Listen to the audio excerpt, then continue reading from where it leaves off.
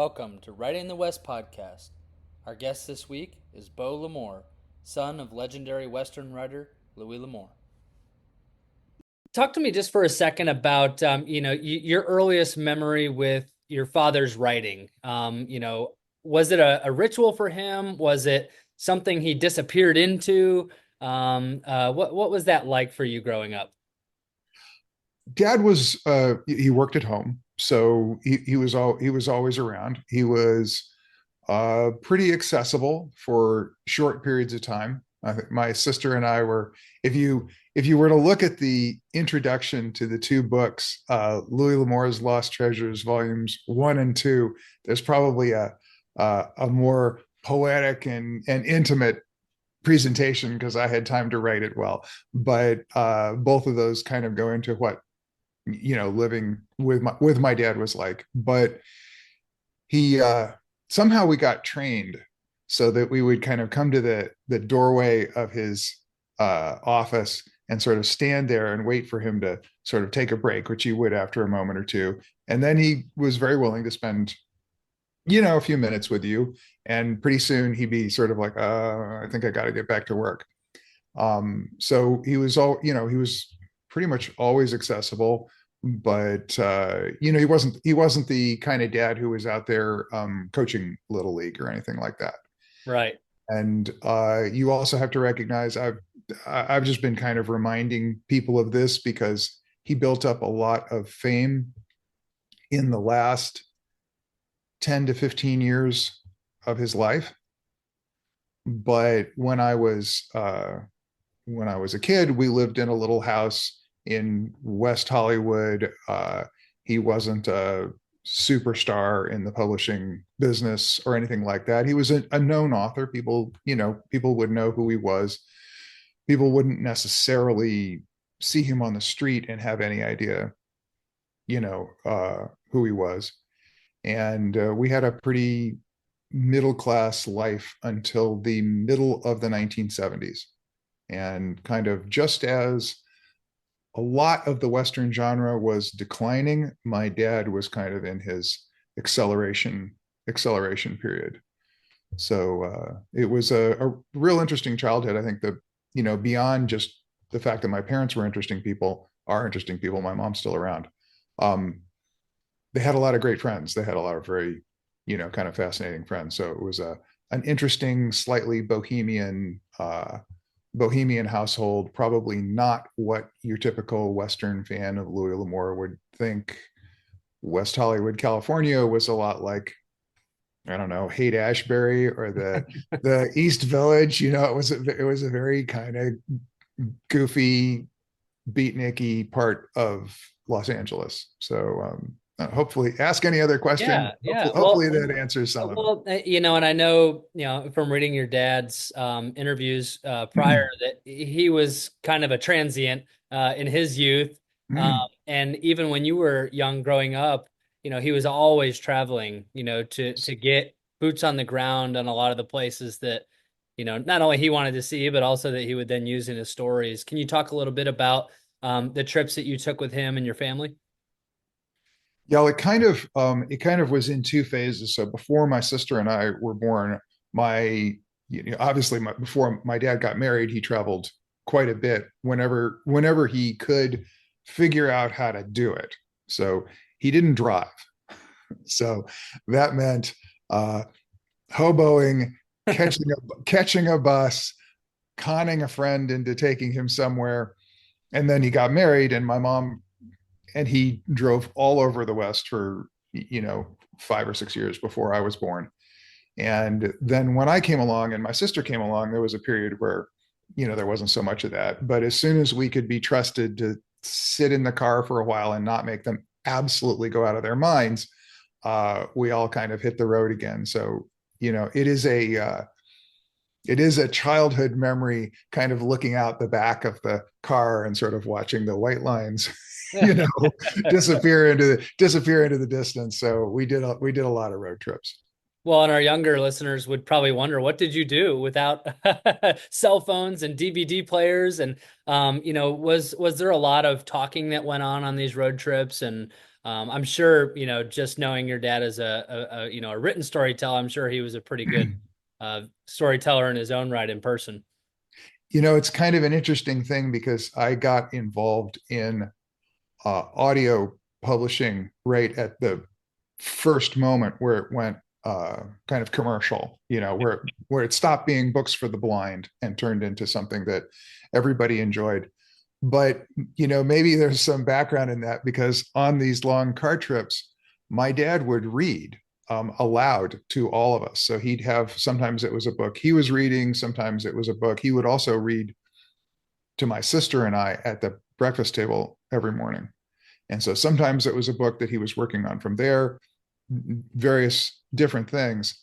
He liked it because it trained him to read well aloud, which sometimes he had to do when he was presenting information to a group of people or when he was public speaking. And of course, it's, reading over the noise of the car Right. was also a little bit of a exercise, let's say. Right. And so he would, on these long trips, he would read to us, and it was wonderful. I mean, that was what stood in for all of the audio publishing and the iPads, and probably kept, he and my mom from, turning around and saying, just sit down and shut up. You know? Keeps kids busy, that's for sure. Yeah.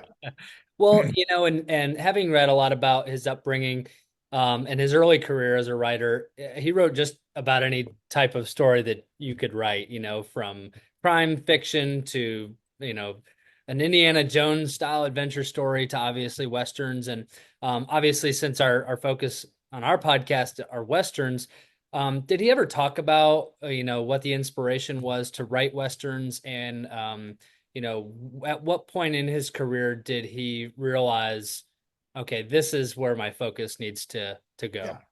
There's a lot of levels to this. It's a very interesting story, kind of. Before World War II, he wrote mostly crime and high adventure fiction. I believe he wrote one Western in that Okay. time period, Western short story. And then after the war, or right at the end of the war in Europe was over.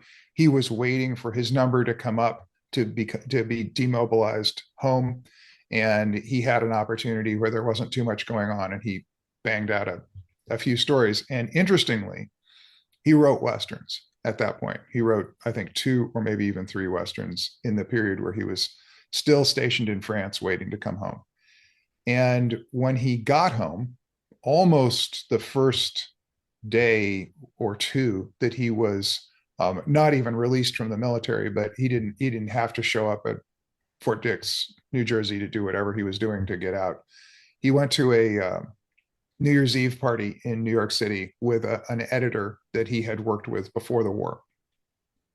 And that editor, Leo Margulies, told him, "We very much think that some of the stuff that you've been working on is fading in popularity, and we have a very good feeling about westerns." My take is that the whole country was cluing in on this. My dad was kind of unconsciously cluing in on it, even in France. The kind of high adventure, action adventure genre, not so popular anymore. It had been a big thing prior to the war, when maybe somebody who was relatively well off in the United States had traveled to Canada or Mexico, but not around the world. The rest of the world was a very, very exotic place. My dad, who had been a merchant seaman, had kind of gotten out into the world, wrote stories about it.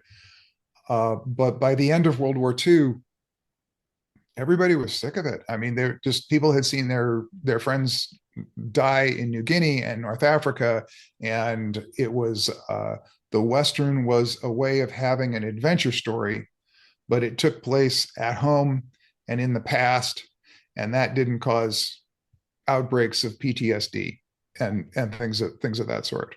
And of course, in Hollywood, sort of a second level to that, one of the reasons that westerns were so very popular from even the 1930s on into, I'd say the early 60s, was that they were the cheapest adventure genre story you could make into a movie because you could shoot them in Burbank.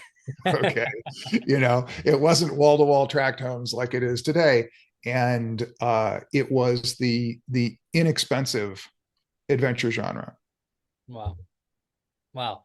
Yeah, and you mentioned it at the beginning too with your dad really didn't see that kind of rise to, Western superstar writer status until the 70s. And, you know, did he, I know as somebody that put in a lot of time and work like he did, maybe he saw it coming, but was he ever surprised by, the outpouring there in the 70s and 80s that he eventually saw?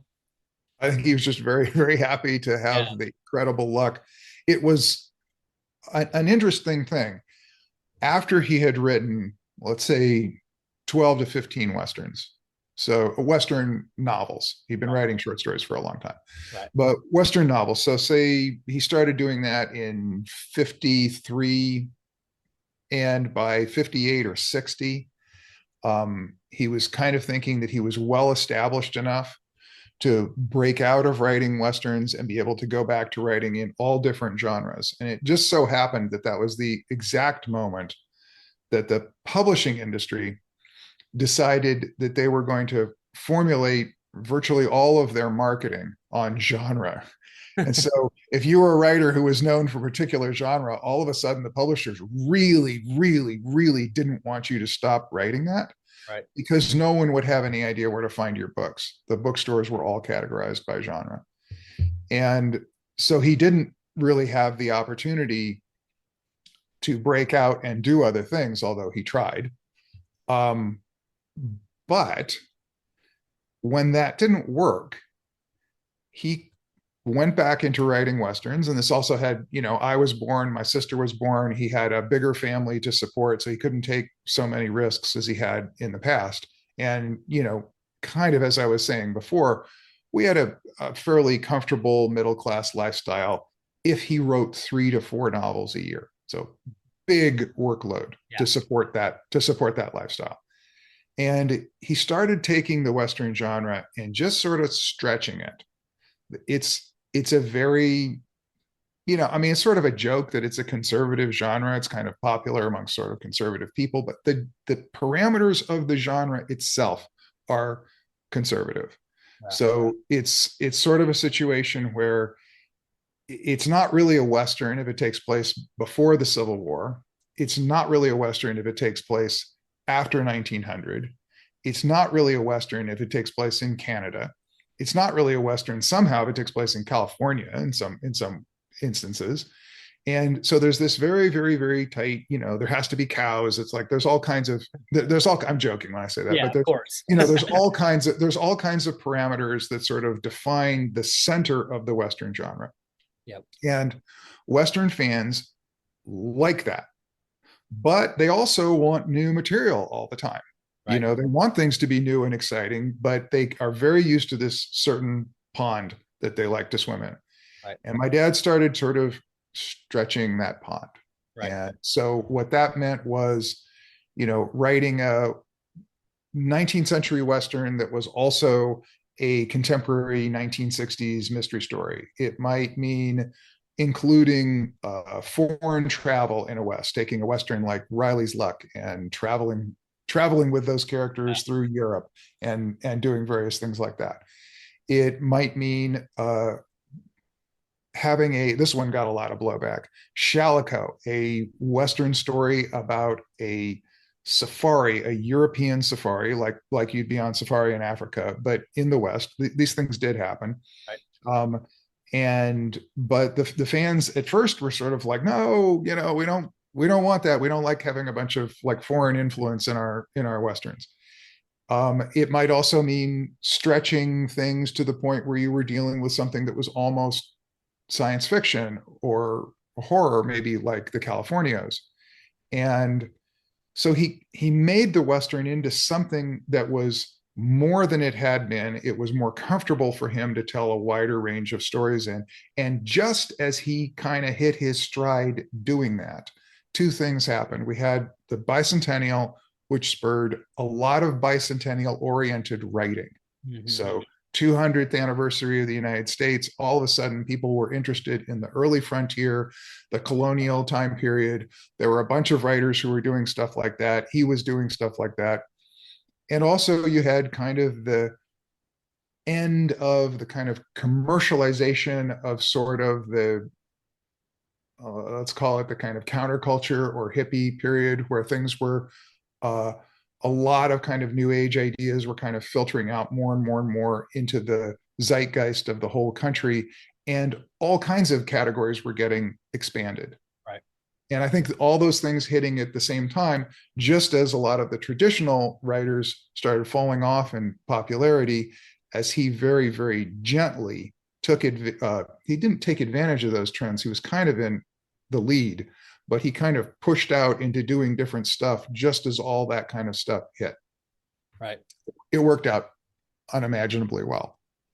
Yeah, and I think about the Sackett series. I Mm-hmm. think that started around that bicentennial era of predating a lot of our traditional westerns. And Well, the Sackett series started as traditional westerns yeah, in right, 1960, right, right. and there were a bunch of them. But then, yeah, Yeah, you're totally where right. where he That jumped exact time, backward. mhm, Yep, at that yep, exact time, he yep. went back to the earliest, the first Sackett arriving in Yeah, North America, yep. and like I said, it was just he just hit all the timing Yeah. really right. Well, it always and I've listened to interviews with your dad before, and it always surprises me because yes, he's someone who's very dedicated to his craft, but a lot of these decisions were business decisions, Mhm. whether it was what to write as a short story, and then obviously what was popular after the war, and how that always goes hand in hand with the art and the writing. And it amazed me when you said 3 to 4, novels a year, because I know he was really a proponent of research, and reading the primary source materials and the diaries. And can you talk to us a little bit about what his process was like? Just in terms of, was every story a lot of research at the beginning? Was there always travel involved, or was a lot of it just him at the typewriter? So you should be a lawyer. You've you've identified the interesting gap in the story. Um, Dad very rarely did research on books that he was writing. Yeah, So he did general research all the time right, to inspire himself. And he had a great memory, so that was useful in whatever he was writing. A lot of it was for research. A lot of it was for inspiration. right, A lot of the travel was for inspiration and just to be able to kind of feel the sort of country that he was writing about, even if he didn't actually travel to the exact place that he was right. writing about. Although a lot of the places that he wrote about were places that he had lived and worked when he was a young man. Hmm. Um, he liked to get his historical details right, but I wouldn't say that the stories are incredibly researched or incredibly accurate. What my dad was very, very good at doing was knowing what not to write.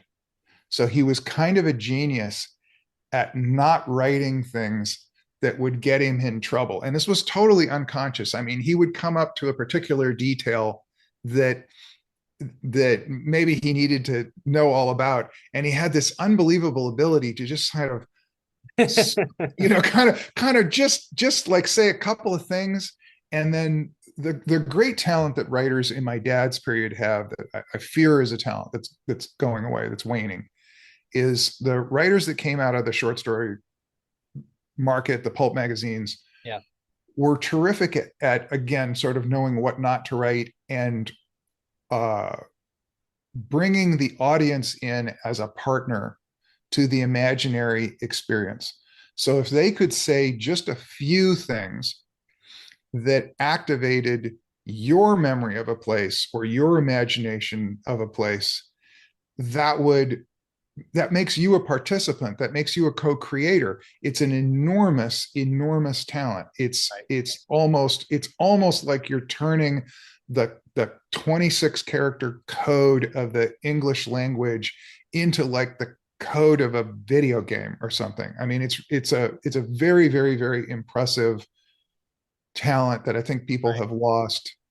I read just recently, I was reading a book by author that writes a bunch of sort of just pre World War II spy thrillers. His name's Alan First, Okay. and he also is really really good at it. In like 7 words, he can put you on a wet alley in Paris, you Yeah. know. And I mean, he's just miraculous at it. So my dad was very very good at that. So he read research stuff all the time. Every once in a while, he'd hit something in a book where he felt obligated to dodge backwards and okay, I need to find a reference for that because I really want to make sure I've got it right.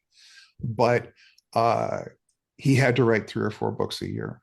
Yeah. And you when you're doing that, you can't do James Michener style research Right. on every single detail. Yeah. Well, and I think that that's such a modern sensibility to dig into all Mm-hmm. these details and to break it apart and see what's accurate. And I think, back to like my dad who grew up reading Louis L'Amour books, it was all about the story and the escapism. And another great talent of your father's and writers of his generation was just propelling the story forward. Absolutely. There's hardly a breath before the next chapter. Let me kind of break in here also on the research thing. Well, my dad didn't. My dad, like I said, was always researching, but he didn't necessarily specific research stories. Individual stories, except maybe years before he wrote them.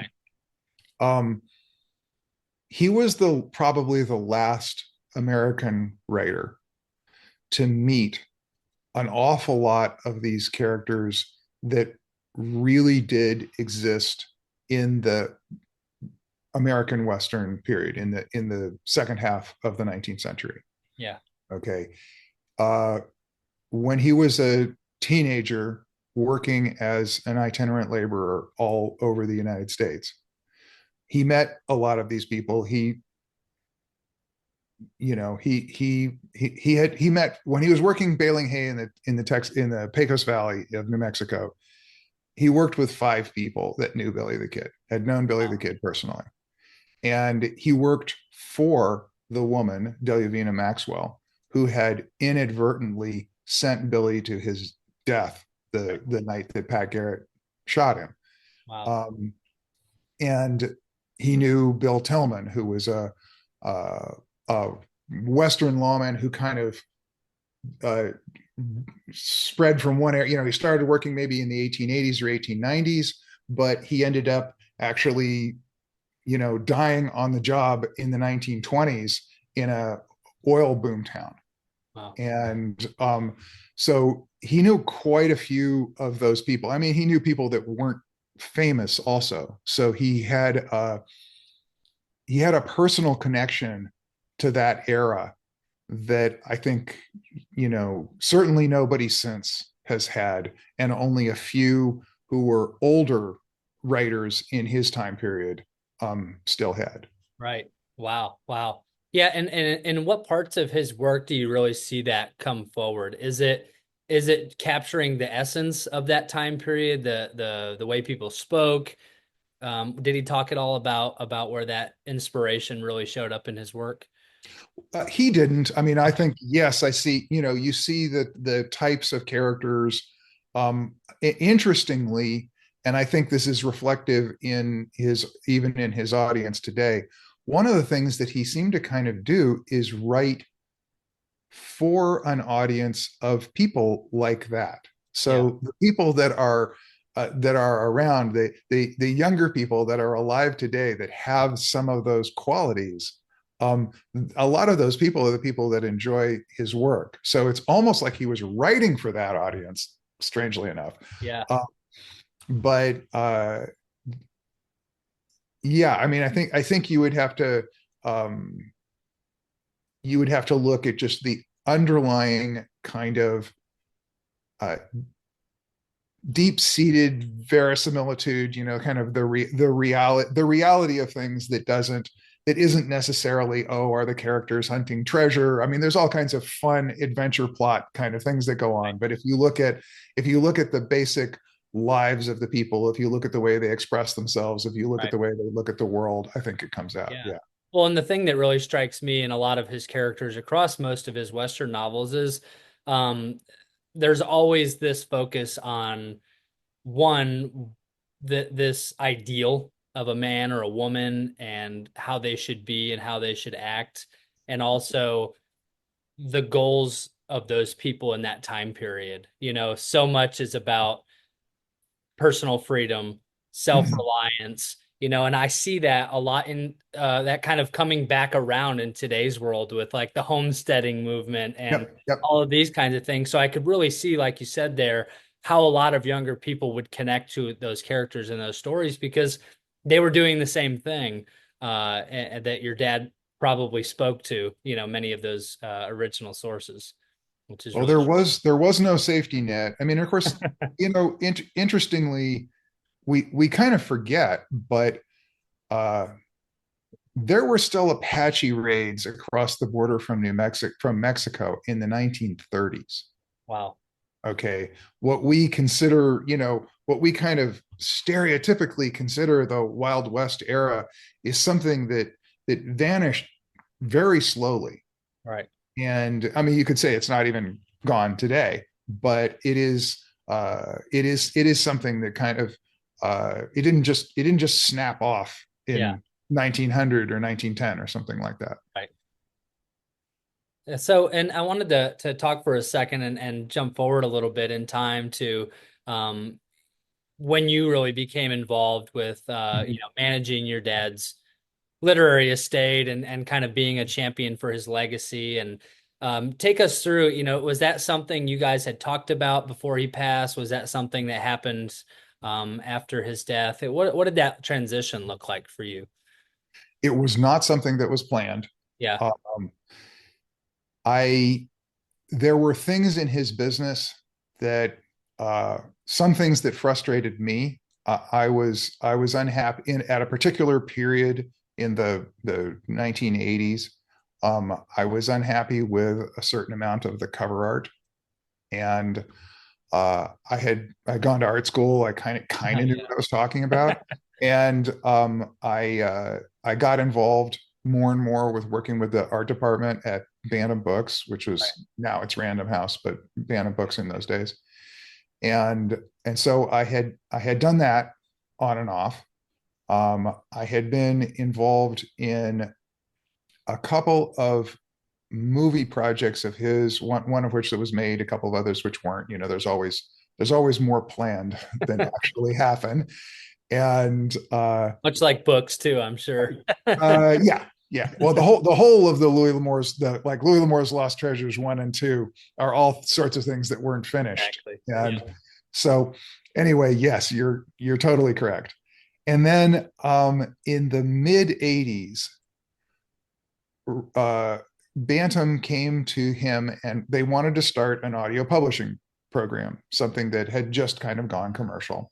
And uh, they came to my dad, as they did with an awful lot of things, because they got the opportunity to test out a new mode of working or something like this with against a fan base that would probably uh, appreciate it, and so they could try stuff and they wouldn't fail miserably if they did it with Louis L'Amour, because everything there was relatively successful. He wasn't a writer that had gigantic, you know, I mean, he had New York Times bestsellers, but he didn't have bestsellers like some of the leading authors at the time. What he had was this very, very solid, evergreen fan base that's still with us. Right. And so he was a great place to try stuff out. And they wanted to do that. But they also wanted to start small and inexpensive. So they wanted to do short stories. And he wasn't so happy with that. He said, I don't know that my short stories are my best work, and I would really want to give the audience a little more production value than some of the short stories. And then this decision was made, partly by him, to do them dramatized like radio dramas. So cast, sound effects, music, and they weren't. We got the first couple of them, and he wasn't very happy with it. He says, I don't think these actors are very good. And you've been working in the movie business. Go to New York and find out what's wrong. Yeah. Okay. And so I went to New York, and the actors were excellent. Most of them were performing on Broadway every night. It was top talent. Right. Everything else was working out fairly well. But what was going on was the publisher and the guys who were producing them were transcribing the short stories. They were literally taking the short stories word for word and putting them into drama. Right. And prose is not drama. One, strangely enough, reading is a visual medium, Right. and drama in this way is an oral medium, and the two don't work well together. You don't write drama. If you wrote drama dialogue in a novel, it would be incredibly boring because you have to say every single step in order for an actor to adjust his or her performance to the point where they can hit the right point at the scene. When you're writing prose, you just jump there. Right. And And any high school Shakespeare student could tell you how difficult that is yeah, I mean, to read. if you're writing prose, it's almost like this is the best of the dialogue that was Right. in this scene, not all of it. Right. And so we had to kind of bring things back to a more theatrical kind of mode and adapt the stories. And so the thing that I was in charge of was adapting the stories to dramatic form. And then my dad passed away, and all of a sudden we had been basing our business on those 3 or 4 titles that he produced every year. By that time, it had gotten down to maybe 2 or 3 rather than 3 or 4, and the Right. books were longer. But we'd had the new book. It was always the new book, the new book, the new book. And although we were able to keep releasing a new book a year for a very, very long time after my dad passed away, we didn't know that right away. And Yeah. so my initial approach was I have to design this business instead of on the new book, sort of the point of the sword. I have to design this business about the whole backlist, the entire catalog. Right. And that's kind of how it started, and it just evolved from there. Yeah. And I'm sure, there were a number of challenges about not only taking over the business aspect of it, but dealing with people that once dealt with your dad and all of these other kinds of business decisions. But can you talk for a second about challenges that you faced, from then until now with preserving the integrity of the work? Because there's so many authors who pass on, and then you see news stories by so and so under a ghostwriter's name, and I know that you guys have never done that. And how important has it been to the estate to keep his library, the integrity of that library secure? It's not something that uh we just said, oh, we would never do that, or we find it unethical or something like that. We Right, we don't. right. But dad had written a lot of stuff, and there was still quite a bit of it that hadn't come out. Okay. And so there really wasn't a need to do that. We Yeah. we we could project our business into the future far enough so that we didn't really ever feel the need to do it. I'm sure we could have made more money, but when you say hire a ghostwriter, you end up giving them a lot of the money. And so I don't know how much more it really would have given us.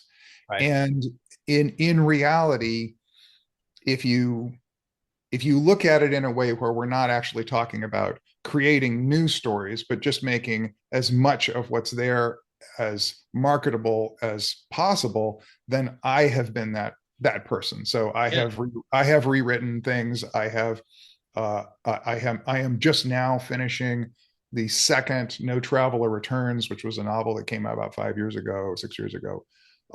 Was the first, but maybe the second book that are Louis L'Amour and Beau L'Amour. But these are not stories that Louis had nothing to do with, Right. that are just in the style of Louis L'Amour. These are stories that Dad worked on Right. and didn't finish. And I have found a way to bring them to market. Yep. And so we just never really found the need to do the equivalent of having somebody write new James Bond novels or something like Right. that. Right. Well, and as the years have gone on, you guys have had a number of different products too. I remember Louis L'Amour magazine, Mm-hmm, mm-hmm. and the calendars, and obviously new cover art for new generations and things like that. And how have you guys tried to make those decisions? And obviously, popularity for calendars, fades as time goes on, and we're all on our phones. And Exactly. how are you guys always looking for, new products or repackaging something that you've done before? You just got to keep your ear to the ground, and you also have to realize what's going on. There used to be, just like you were talking about calendars, there used to be a really big market for large print books. But with pads and the Kindle and things like this, there's really no large print book market any longer. Yeah. Um, so those are things that are going away. At times, I've mentioned this.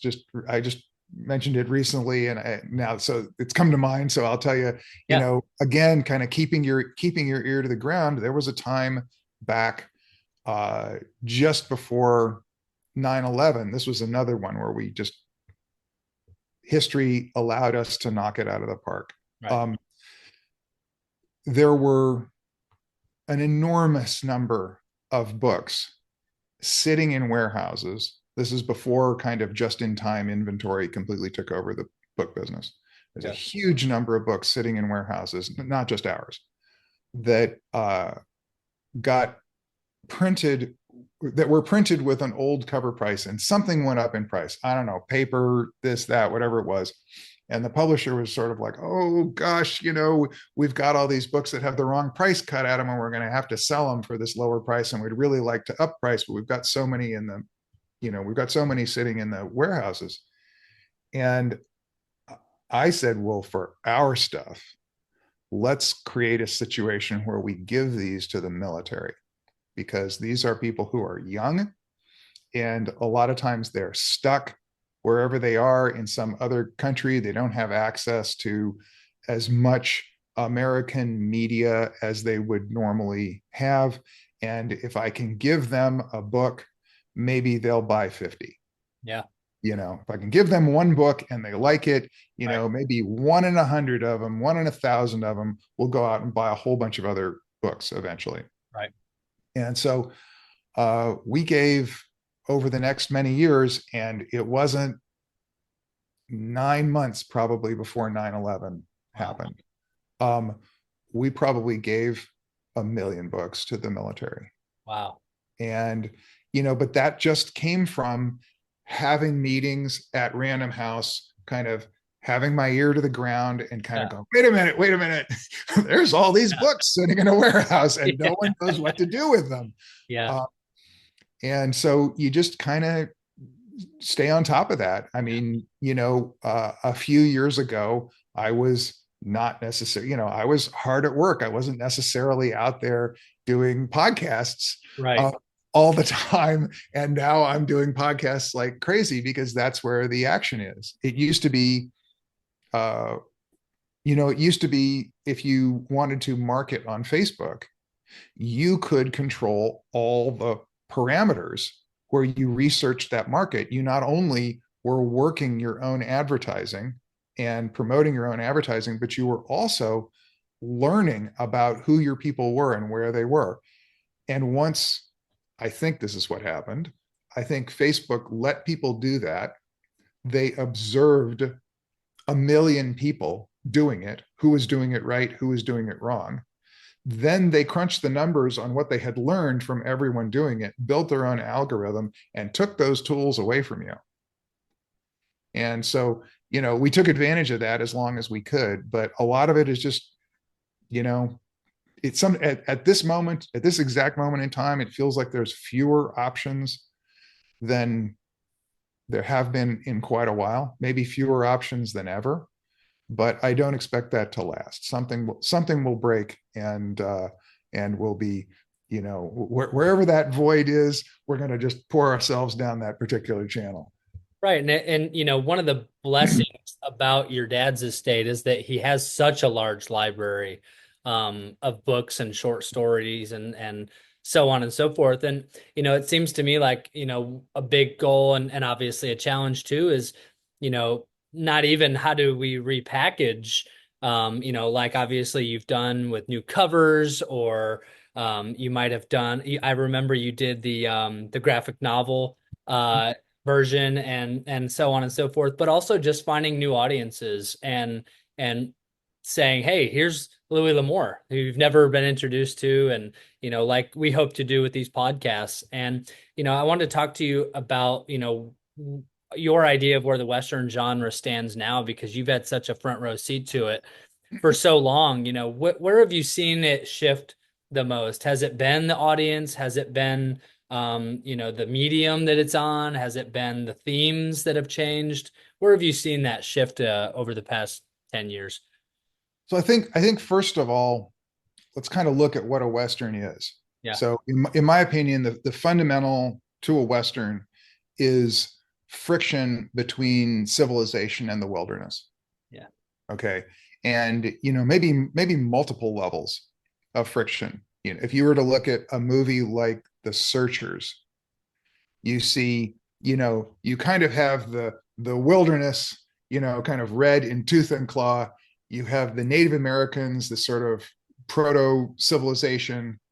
You have uh, the first arrivals of Europeans who are a little more tough and kind of outlawish and things like that. So you have the Native Americans you have the landscape in the Searchers, you have the Native Americans in the Searchers, you have the guys like Ethan Edwards, the character that John Wayne plays, who is not an exemplary human being.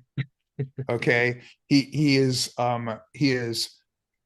brave and strong and all these other things, but like an awful lot of people who are brave and strong, the the guy the guy who wades into live steam in a disaster in a power plant, okay, generally isn't the accountant. It's generally some guy who's working as a welder, and he might be an outlaw biker or something like that.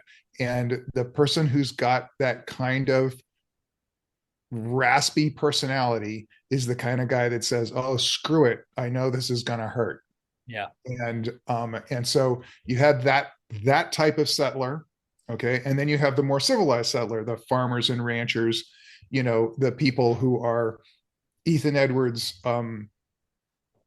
family that arrived later, and their daughter, his niece, is right, is kidnapped, or is not really kidnapped, but she ends up with a Indian band, and he goes to supposedly save her. right, But so there you got like five layers yeah, all going at once.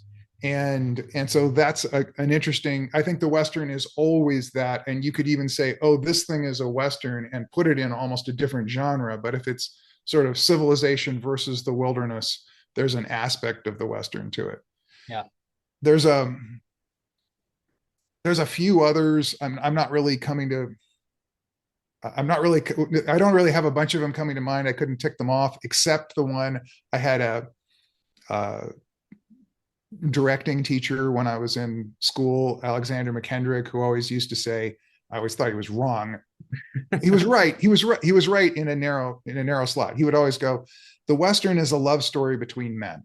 And what he meant was an awful lot of Westerns are about men with very strong personalities coming to respect one another.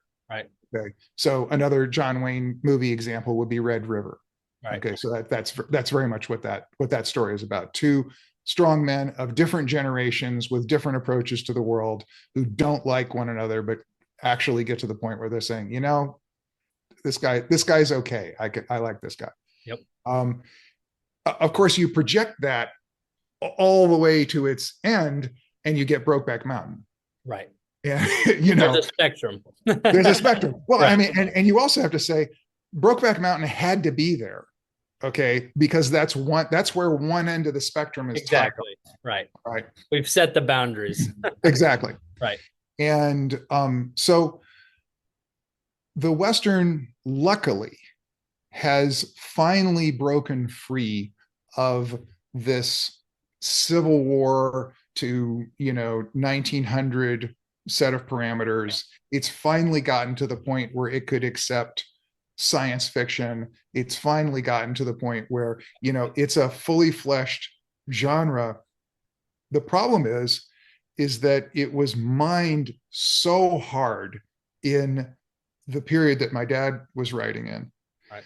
that it's become almost like a set of cliches that it's really, really, really difficult to kind of knock people out of. And I've learned this, like working on motion picture projects for, God, 35 years. They If you end up making a film that takes place in that classic Western period, like 1865 to 1900, it's really hard to get the screenwriters and producers and studios to think kind of responsibly and creatively about it. Yet, if you can get them to accept something, let's say something that takes place earlier, like Jeremiah Johnson or The Revenant, Yeah. immediately they're sort of like, oh yeah, we have to do a bunch of research because we have to learn what this is, and then we're going to do it right for what it is. Yeah. And it's not so difficult. So if I was talking to Western writers, up and coming Western writers, creators in that medium, I would say, get out of the traditional Western time period. I would say, if you want inspiration, the most dramatic thing you could look at.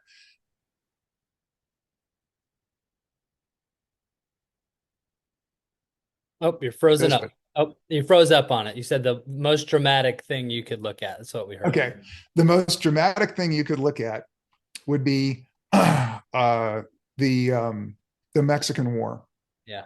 Okay. And that era was fascinating. It brings a whole international, intercultural era to the Western. It becomes like this kind of big power politics sort of thing. Every historical character who had anything to do with the post-Civil War West was a young man, and sometimes a woman, who was involved in the Mexican War. It didn't last very long, but it occurred in three different ways on three different fronts. There was a Texas front and a California front, totally different from one another.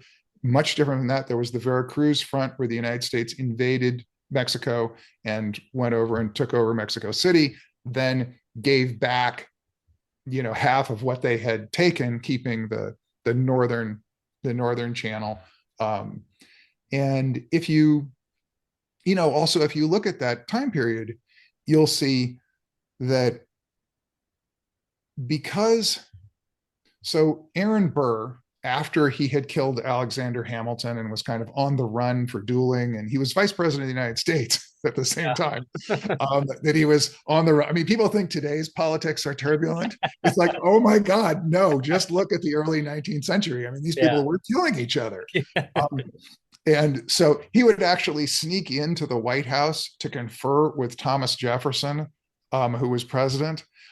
because he had a warrant out for him, and he couldn't be caught anywhere near Washington.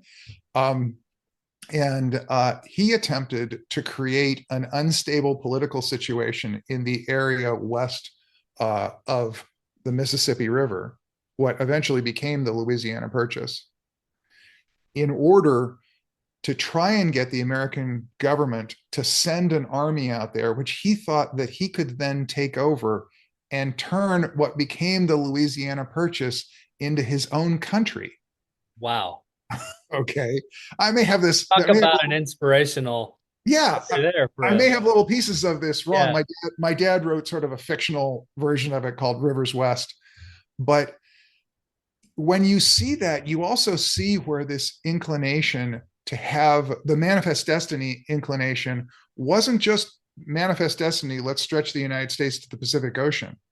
It was absolutely a national security issue. Right. Okay. We could not know who was out there. Yep. And the United States also almost fought a war with Great Britain over Oregon in that same time period in 1830s.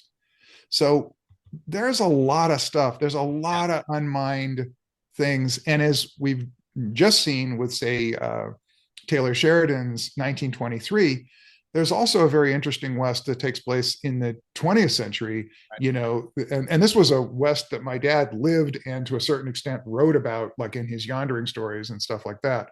Right. So there's, I don't know, there's a lot. There's a Yeah. lot. You just get away from the Yeah. cattle drives and you're going to be okay. Yeah. Well, and like you brought up Taylor Sheridan, and it seems to me like, what once filled, the Walmart bookshelves were, your dad and all these other great traditional Western writers has now shifted to streaming services and all of these different, and why do you think that we've seen not only, I guess, a resurgence of the Western genre on film and TV, but obviously the shift from more traditional media to streaming and TV shows? Is that just a So result that of our audience? I look, so that's the shift to streaming is just a very technical movie business kind of thing. Yeah, In the book, you saw a similar thing with this in the book business. When the book business went to electronic publishing, went to like Kindle publishing, right, um, they they thought, well, this is a wonderful thing because there's no inventory. Excess inventory is the thing that kills the publishing business. Basically, spending the money to print more books than you can sell. right, And the books used to be not any longer, but up through the 90s, even a paperback was expensive enough to mail that when a bookstore didn't sell a paperback, they did not send the book back to the publisher. They ripped the cover off to prove that they had it, and they would send back boxes of covers, which they would get reimbursed for, because the book business is 100% return business. wow, Okay. And so too much inventory and the lack of control of your inventory, basically people pirating your inventory, things like that, are a huge issue. And I think the film business thought that streaming would control video inventory, it would control piracy, it would control all kinds of things like this. And the business had room for, let's say, 2 or 3 streamers, not 20.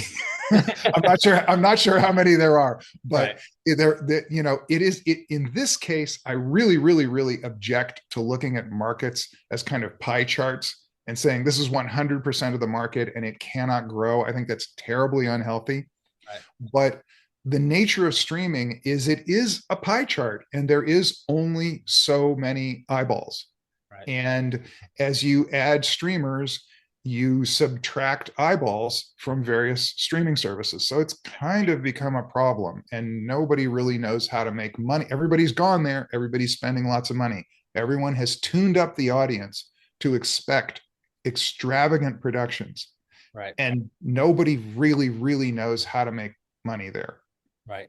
And that's why you see them adding advertising and things like that. It's a tough Yep. it's a tough business. I'm glad I don't have anything to do with it. Very um, good. There was another element to that. Was it like a creative element or something? And I've kind of forgotten what it was. If you could remind me. Yeah, yeah, and obviously it's shifted a little bit from, the traditional world of Walmart shelves covered in Mhm. Westerns.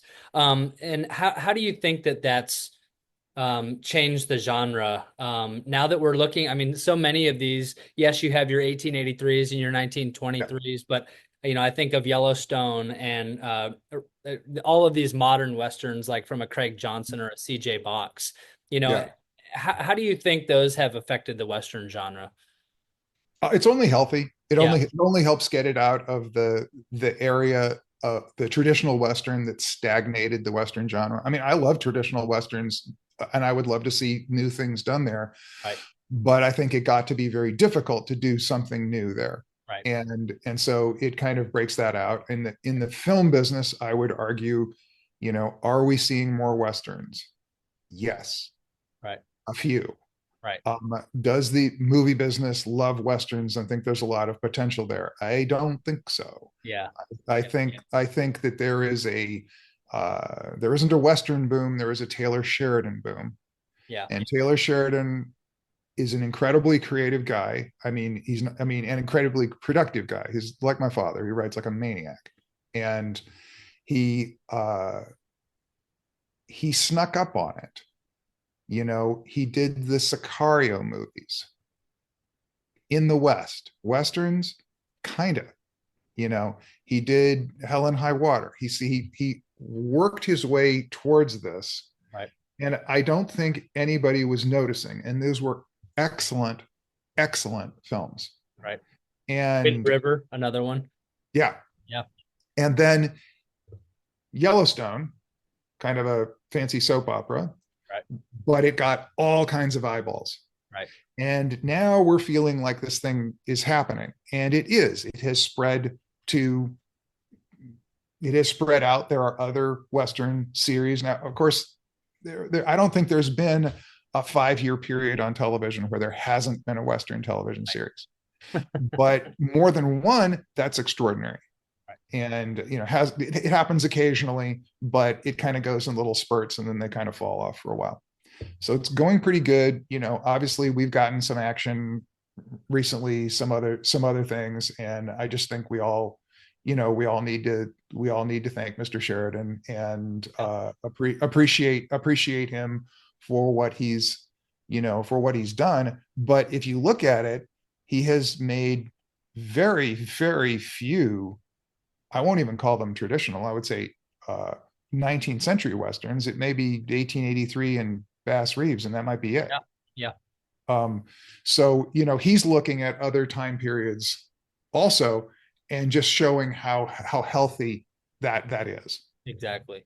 Yeah, and I wanted to talk for a second, about the movie business because, there was a time where, so many of your dad's stories were being adapted for, whether it was Sam Elliott or Tom Selleck and a bunch of others.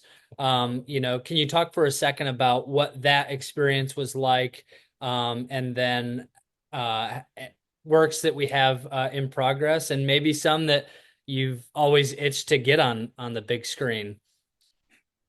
Um, there have been there have been several time periods. Obviously, in the 1950s and 60s, my dad had a number of movies made.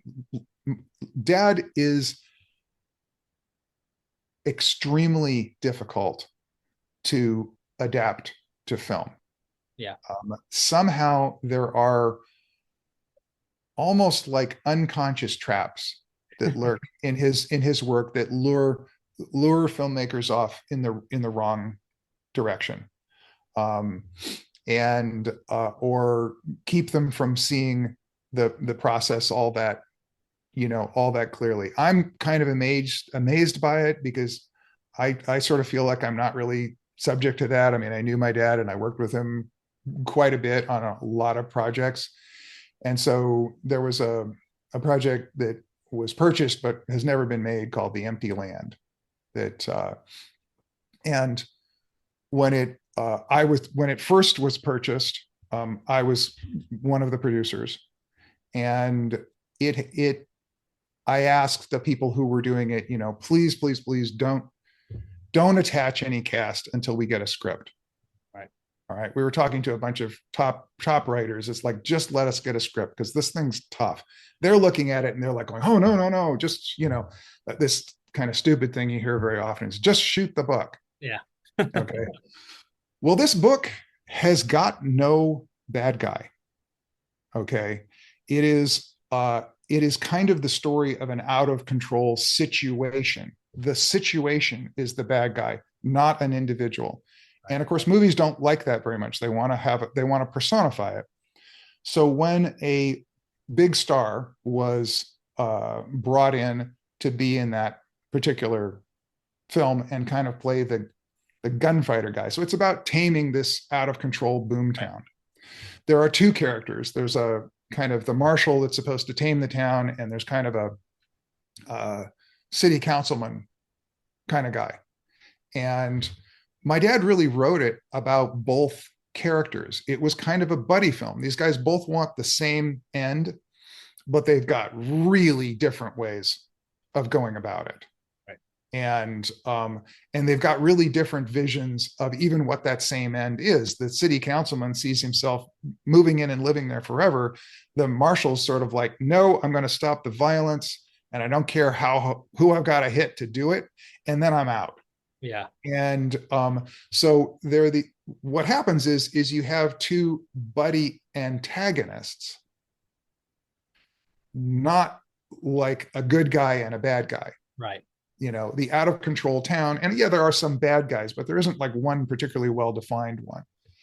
And good God, I kept saying this and saying this and saying this. And of course, like I said, they have kind of the typical Western star who was like the town taming marshal. And, I go into meetings and I'd say, look, you need to find someone to play this other character, the town councilman character. And you need to find somebody who is kind of not cast like straight ahead, like you'd really expect. It needs to be somebody who is intense, but his vision of what's going on is totally different. I was like, James Woods, Yeah. Ray Liotta. Okay, a guy who sometimes plays like hard bad guys, except this guy's very idealistic, and he's a personality that can easily stand up to this other actor. Right. So you've got this balance on it. Then you've got a movie. Do that, you've got a movie. We went through 2 Academy Award winning screenwriters on that, and and really never got anything. And there were other people involved with it later on. That I know a guy that I know tangentially worked on that script also quite a bit after I had left it. Wow. But you see stuff like that going on, and it's kind of like, no, just let me tell you, I know the code of my dad's writing, and let's not get off off the plan here. But he's hard to adapt. So we'll have to see what's gonna happen. We've got Flint, which is hopefully going into production relatively soon. I'm hoping you'll have a conversation with the director and star. So Ryan and Josh are both really, really great guys. And but I'm very much hoping it goes on from there. The one that I would like to see happen more than any other is some rights that are tied up. I have a little bit of control of them, but another studio has control of them. Would be Last of the Breed. Right. Yep. Last of the Breed has always been projected as some kind of like Rambo in the snow or something like that. And I just think that's a terrible way of looking at it. Yeah.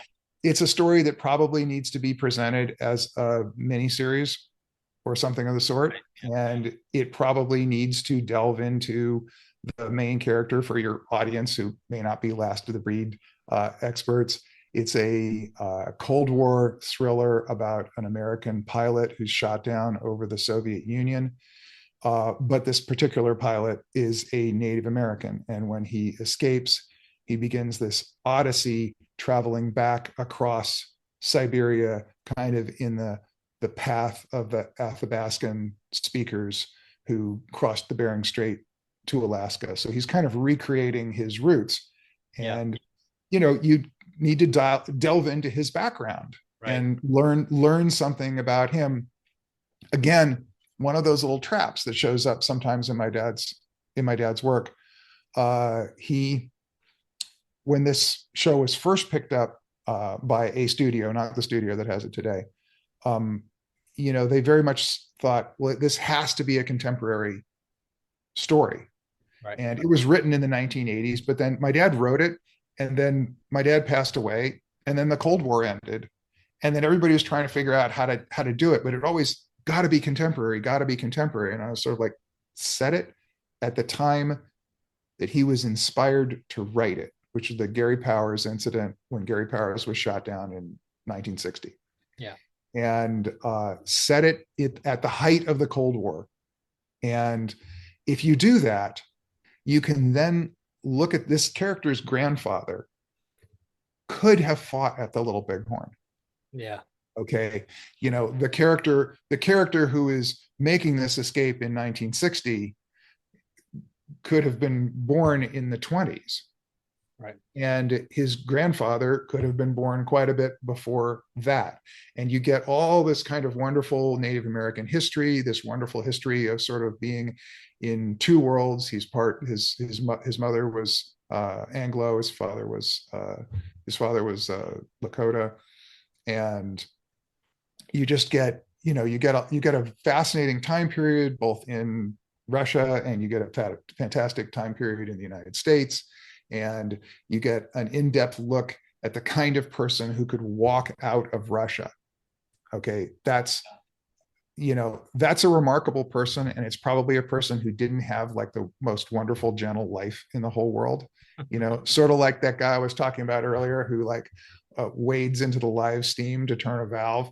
you Yep. know it's like the person who's going to walk out of Russia is not a gentle person, Right. and you need to allow it to be somewhat of a character piece. Yeah. So I keep hoping. Fingers crossed. That's a great one. I keep hoping. That's a great one. Well, and there's so much to do, whether it be, obviously the literary works and film rights and producing and obviously your own life and family and what is it that keeps you motivated and connected to keeping this your dad's legacy going and carried on to the next generation? Gosh, I think you just said it. The thing that keeps me going is keeping my dad's legacy going and carrying it on to the Yeah, next generation. yeah, yeah, And the fact that it allows me to have a lot of fun. I yeah, mean, I got to produce dramas. Okay, so a couple of the audio dramas that we did one that was The Diamond of Jeru yeah, and Son of a Wanted Man. Both of those I got to produce, almost like movies, except because, I mean, very, very in-depth audio mix, wonderful opportunity to work with actors, both scripts that I wrote, and they were they were extraordinary opportunities because it's sort of like you get to do something that's kind of like a movie, except there's no budgetary restrictions. right. It's like if you say something's there, it's there. You don't have to worry about That's uh, right. driving the whole company for 3 hours, costing $100,000 to get to another location. Um, and I got to do that wonderful graphic novel, which just had the incredible kind of dream team, like a great artist and great co-writer, great Charles Santino, who worked on the book with me, was just an incredible talent, and my friend Paul, who did a lot of our post-production on the art and things like that. We just all synced up just wonderfully. Catherine Nolan, who wrote that project with me, and so it's a terrific opportunity to just explore these different creative avenues. It's almost like a vacation sometimes. Well, Sometimes it's not, but hard work in there too, I'm sure. Well, Beau, thank you so much for your time today and sharing all of these wonderful stories. We've only scratched the surface of obviously your dad's life and career and your own career. And we hope that, obviously we can maybe have you back at a later date once some things continue to roll out from, your dad's estate and films and what have you. But in the meantime, where can our listeners go to follow your dad's work and to see the latest? The best place to go is louislamour.com, and that will lead you everywhere else. We have a number of other websites, but if you go just to the top, the menus across the top, there'll be an additional websites place, and you can find everything else that we do. Perfect. Well, Beau, thank you so much for your time. It was great having you on today. Thank you very much. It's been wonderful to be with you. All right. Take care. All right, take care. Bye.